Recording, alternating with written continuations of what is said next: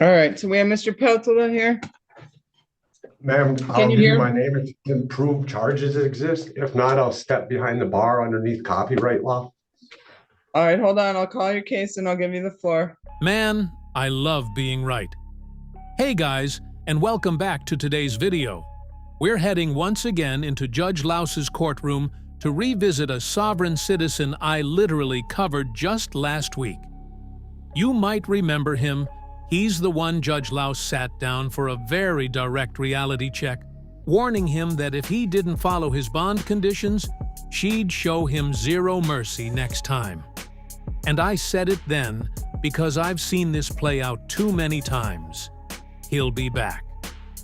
Well, call me the sovereign citizen whisperer, because he's back.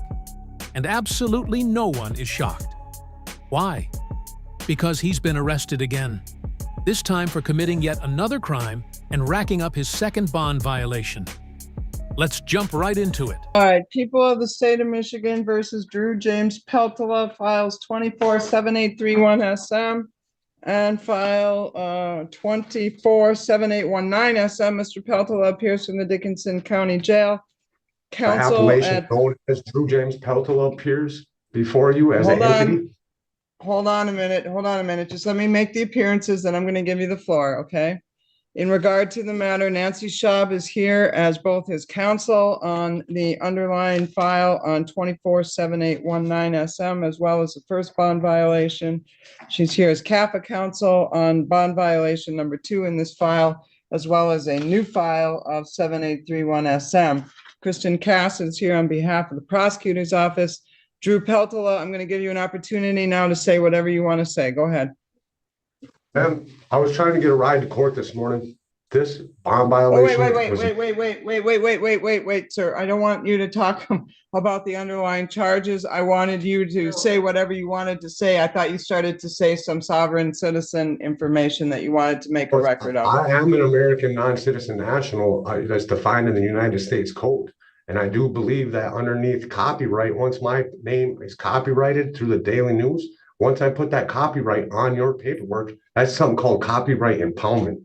That means that under Erie Railroad versus Tompkins, the fictitious entity under due process of law does not apply to my sui juris living being. If only it were that easy.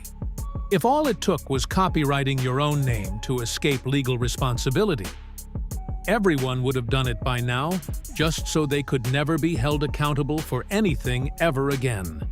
Hamad. You know what's really unfortunate? Public defenders can only help inside the courtroom.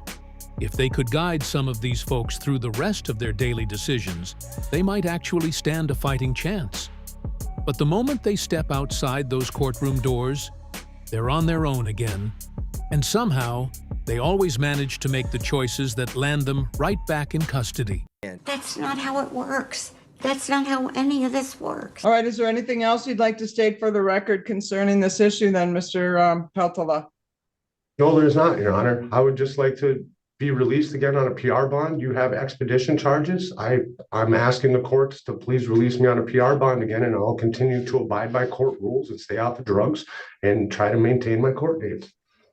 All right. In regard to the matter, then, Mr. Peltola, I have an advice of rights and plea, and for the record, I will acknowledge your comments, that your objections in respect to the court's jurisdiction and whatnot are noted for the record concerning your position regarding your status with the court.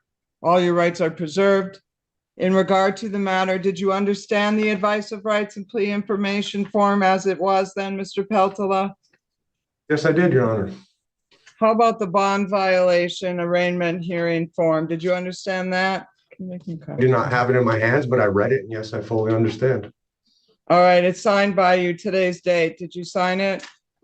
Yes, I did. Also, Brad. Yes, I did, ma'am. All right, then, in regard to the matter, I also have a waiver of extradition here. I'm going to just go back over what it means to sign one of those. And let me start by saying, so long as you come back to court voluntarily for all your court appearances, this does not become relevant. But if you didn't come back to court, normally you're entitled to what's called an extradition hearing before you are returned to Michigan. And the purpose of an extradition hearing allows you to challenge the legality of your arrest and return to Michigan to fight the underlying charges. For example, you have the right to have an open court hearing. You have the right to be represented by an attorney at an extradition hearing. And if you're without sufficient funds, one is assigned for you. You have the right to demand issuance and service of a Michigan governor's warrant for your arrest. You have the right to obtain a writ of habeas corpus. When you sign a waiver of extradition, if you don't come back to court, then you give up your right to that type of a hearing and you would be returning directly with the officials from Michigan. Do you understand what that means to sign the waiver of extradition then, Mr. Peltola? I understand, Your Honor. You, Ms. Schaub, did you have a chance to go over the nature of the charges and the maximum penalties with Mr. Peltola? I did, Your Honor, and he waives reading of those charges in open court. I've determined that he has read, signed, and understood both advice of rights forms. He wishes to plead not guilty, and he is requesting assigned counsel. Case manager has determined that he still qualifies for assigned counsel, and she will be assigning that to me if needed, to set this matter on a date that is not typically mine. I have no problem with that. It would be in the best interest that I represent Mr. Peltola on all of this matters. As some of you probably caught, she said his first violation was on February 22nd, which is today, and his second violation was on February 19th, which is temporally impossible. What she meant to say was that his first violation happened on February 12th. And the wild part? It took him barely a week to get himself right back in jail. All right, then, concerning the matter, we're going to get back to the issue of bond, but I'm going to enter not guilty pleas on behalf of Mr. Peltola concerning the case that is presently set for a pretrial and has a trial date coming up. That is the 7819 SM case. And the bond violation. Now with the new bond violation, are we going to set both bond violations together, or do you want to proceed on the first one today? I would like to set both of them together, I think, in the interest of justice, and prosecutor had made an offer on the original file, and I think they will be making a new offer. And I think in light of that, it would be best to adjourn those matters on violations in that file. So we have a jury trial set for March 8th in that matter. So that's 2 days past 14 days. Well, he's on a bond violation. There's no 14-day limit. In regard to the matter that is within 28 days, we could set both bond violations as well as both jury trials on that date, if you wish. We could pre-try the new matter that he's just being arraigned on today. You can conduct your pretrial by mail. We'll send out our standard pretrial order with you today. Set all of the dates on the 2 bond violations and the 2 jury trials for March 8th. Does that sound like a plan? Yes, Your Honor. All right, did you wish to be heard on bond then on the newest bond violation as well as the new underlying charge? Yes, Your Honor. Actually, the newest bond violation predates the previous bond violation. The first bond violation is alleged to have occurred on February 22nd. This current bond violation that he's being arraigned on today is alleged to have occurred on February 19th. I'll tell you what, this guy isn't just a model citizen. He's practically a charter member of the Sovereign Citizen chapter of the ARC. He's got the confidence, the chaos, and absolutely none of the logic.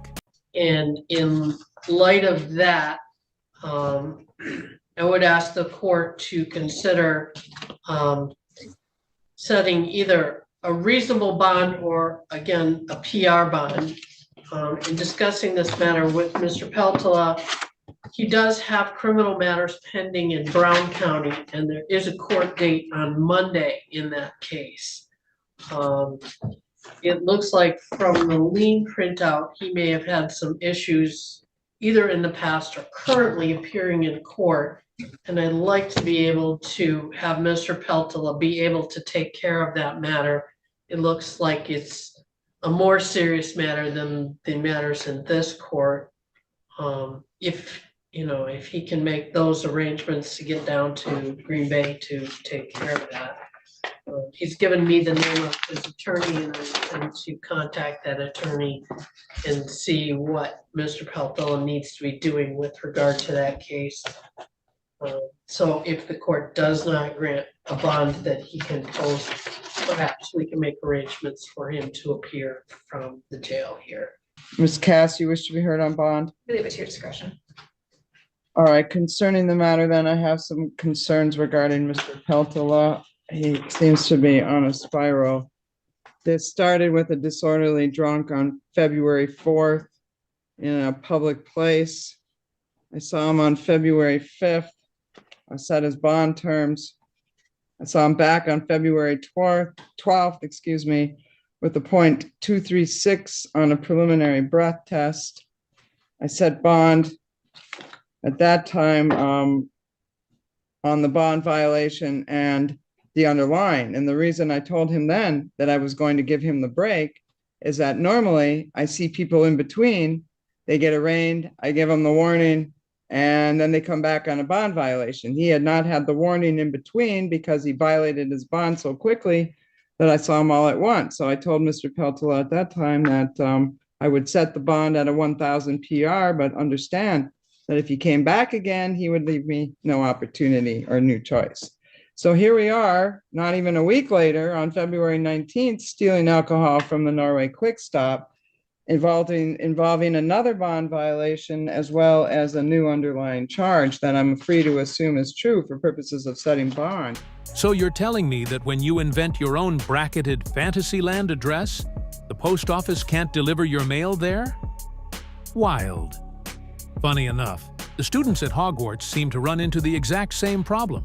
So for purposes of setting bond today, then for the following reasons, and in regard to his Wisconsin matters, very serious matters, he's got 2 felonies pending in Brown County from 2023. The first one alleges possession of narcotic drugs, a felony, possession of a controlled substance on or near certain places with a modifier, carrying a concealed knife, possession of drug paraphernalia. That case has been pending through for quite some time. And he has a court date for a status conference scheduled for February 26th at 11 a.m. Then, so the date of this offense was filing date of 2/10 of 2023. He's got a filing date of March 15th of 2023 in Brown County. Another felony alleging bail jumping as well as possession of drug paraphernalia. Likewise, that has a court date at the same date and the same time as the other pending felony. I think that is part of the other pending felony. They charge it as a separate offense, but It's a separate case. Total separate case, total separate charges, total separate bond, total separate court dates. This is file 23 CF 448. The first one is 23 CF 240.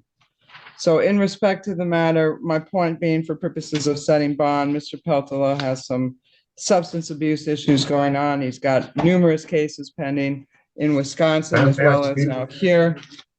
In regard to the matter, Mr. Peltola, I'm going to direct you to talk to your lawyer. I'm setting bond concerning the new theft case. Then the conditions are going to be as follows. Mr. Peltola may not enter into the Norway Quick Stop as a condition of his release. He is not to purchase, possess, or consume alcohol or non-prescribed controlled substances. Mr. Peltola is subject to random PBTs and drug screens. Mr. Peltola may not go in any businesses that sell alcohol for use inside, such as bars and taverns. Recreational and medicinal marijuana use and possession are prohibited until or unless further order of the court.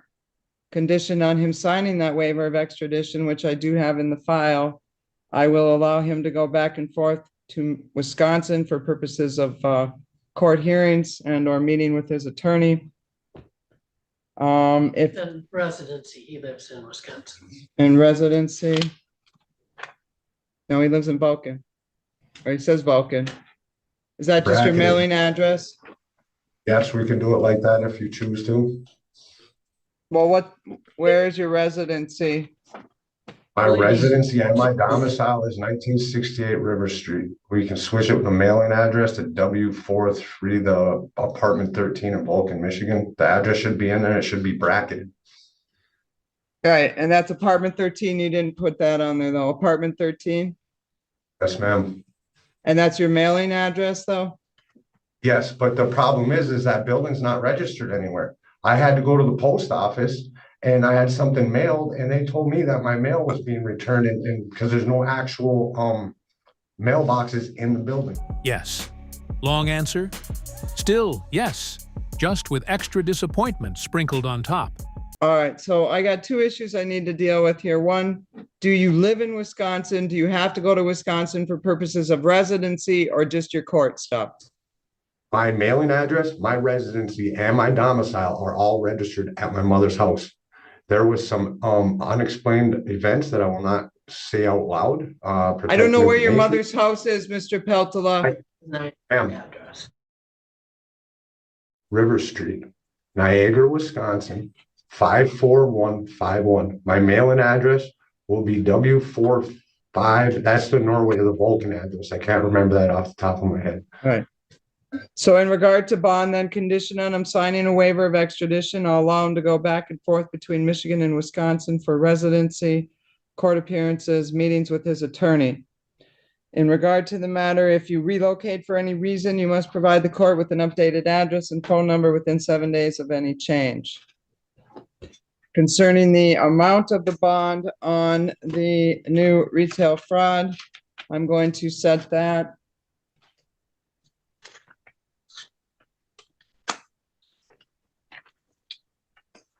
I'm going to set that at 1,000 cash surety, 10%.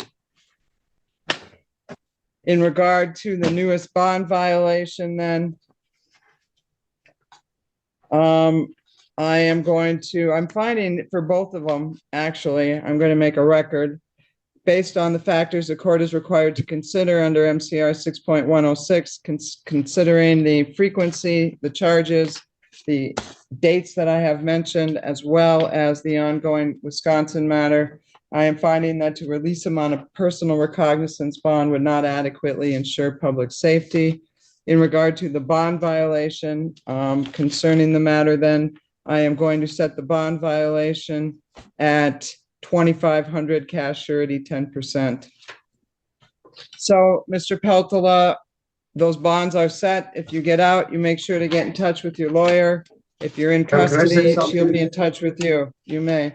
Can I say- Yes. You know, I don't understand how I can tell you that I'm an American national and you can hold me in a county jail under bond, especially today when I was arrested on a larceny under $200. Somebody changed case prefixes and the warrant got dropped to a misdemeanor. And now you're still going to illegally hold me in a county jail under bond?